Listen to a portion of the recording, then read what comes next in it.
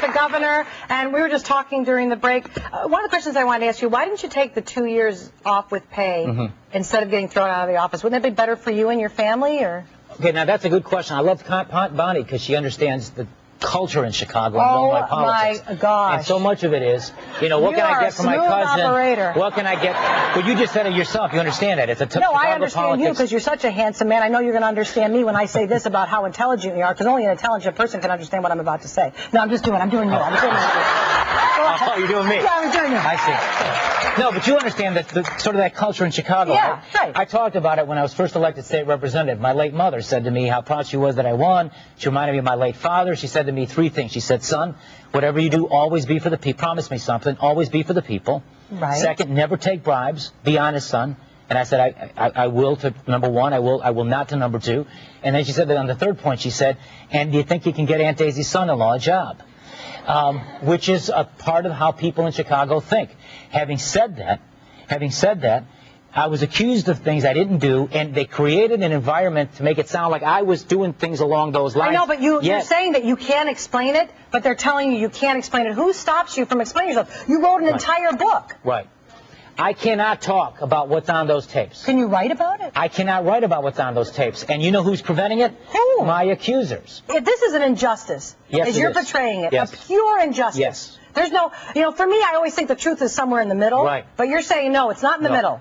Not, when it comes to the decision of the Senate seat and those allegations that he was stopping a crime spree before it happened, that is absolutely false. You're very emotional right now. I can see it in your eyes. I'm trying to get the facts out. And the facts out. You're getting the plea out, which is 2 different things. Yes. Oh, yeah. Well,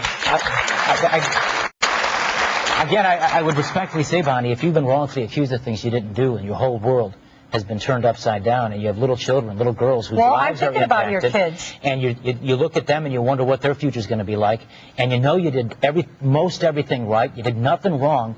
Wouldn't you be angry? And wouldn't you demand justice? And wouldn't you be frustrated if you couldn't let the people hear what's on those tape conversations and what the truth is? Absolutely. I think that would be extremely painful. Yeah. But I hope on behalf of your children, for whatever the actual truth is, that you are come clean with them for their sake, whatever mistakes or whatever it is, that some way you will accept accountability for their sake. And I know how hard it is. It's tough when you're walking that fine line of saying this isn't right and nobody can hear you. That's what it must feel like.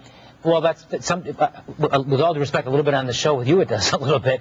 Do you think I'm giving you a hard time? No, I just think there's a presumption of innocence that all of us as citizens have a constitutional right to, and that's been annihilated in this process. And then you want me to apologize to my kids for things I didn't do. Oh, no, I did not say to apologize. Make a full accounting to my kids. No, I'm saying, no. Okay. You know what? I have no right to tell anybody how to talk to their kids. Well, and that I felt in the book that you were a victim of circumstance in every situation. I grew up in a family where my dad was like, don't come home and tell me somebody else made you do something. Right. When we were kids. Right. He told us that as teenagers. Right. Don't come home and tell me so-and-so got you to steal, so-and-so got you to drink. Right. You are accountable. Correct. For the wrong things that you did. However, if you came the right things that you did. Okay. You're accountable for those, If you came home and your dad said, Bonnie, you shouldn't have done X, Y, and Z. Now don't make excuses and don't blame others, and you didn't do X, Y, and Z, what would you tell your father?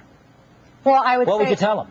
I would say I didn't do it. That would be the end of it. There you have it. I didn't do it. Someone's telling the truth. There are tapes that tell it, and I'm not the one who's lying. Okay. Well, I thank you for the opportunity to have an in-depth conversation about it, and I appreciate you being here. Rod's book, The Governor, is in bookstores now. We'll be right back.